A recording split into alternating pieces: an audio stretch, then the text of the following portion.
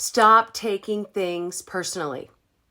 This episode was supposed to be about mitigating the vulnerabilities that lie beneath big reactions, but we're going to take a relevant detour based on some feedback I've received. And that feedback revealed the super common struggle that people have with taking things personally. And I'm here to tell you that nothing is personal. That's right, nothing. All caps, big letters.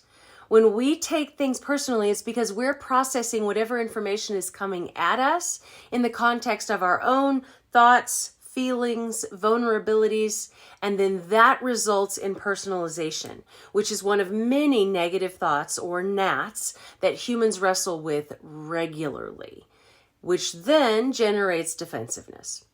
So think about it. Your spouse comes home and they've had a bad day. And they come through the door and they take it out on you in some way.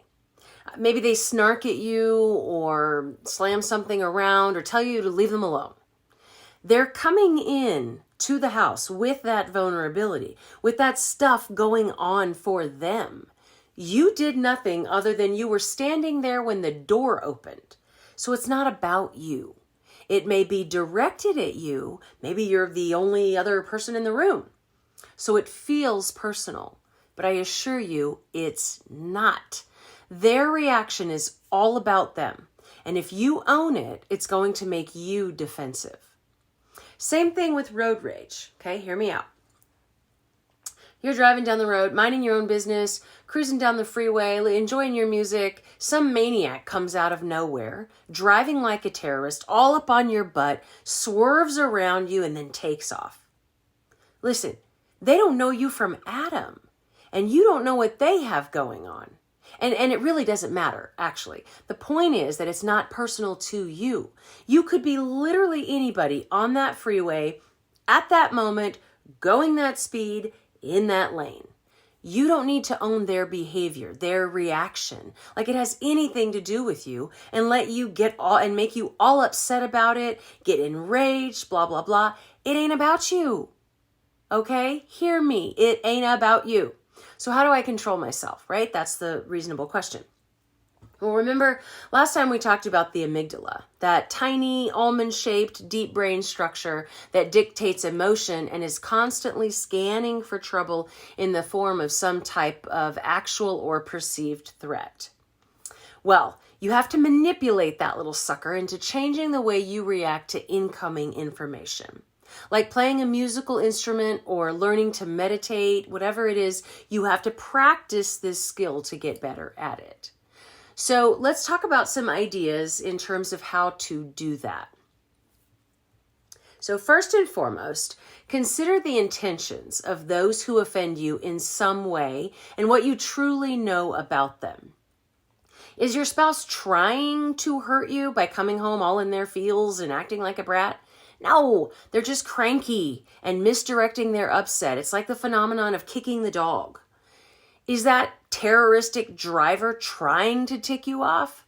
Of course not. He actually couldn't care less about who he's annoying by his driving. Consider the alternative interpretations of events. Maybe your spouse got their feelings hurt at work today because they got some feedback that they didn't love. And now maybe they're taking it personally. And they've ruminated over it on the drive home, got themselves all spun up, and they don't know another way to express their frustration. They just need some space and some time to chew it over with a Twix, right? It's not your fault, and it's not okay for them to treat you this way, but they need a minute. Maybe wacky driver dude is racing to the hospital because his wife and child were just in a car crash, and they're in the ER and may or may not make it to see tomorrow. You just never know. Think about how you want to feel after the event or situation has ended. Do you want your nervous system all amped up, your blood pressure high, your attitude all janky? No. Okay, then don't allow the actions of some fool on the highway to do that to you.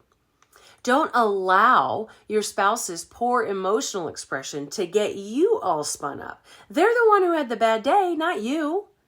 And remember, practice makes progress.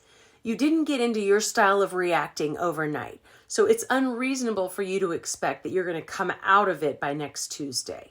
okay? Just chill out and keep trying. Show that amygdala what's up. For help dealing with personalization and the other negative automatic thoughts I mentioned, check out my $7 class in the Psychoeducation Academy. I'll drop that link in the caption for you. Low price, high reward. Trust me.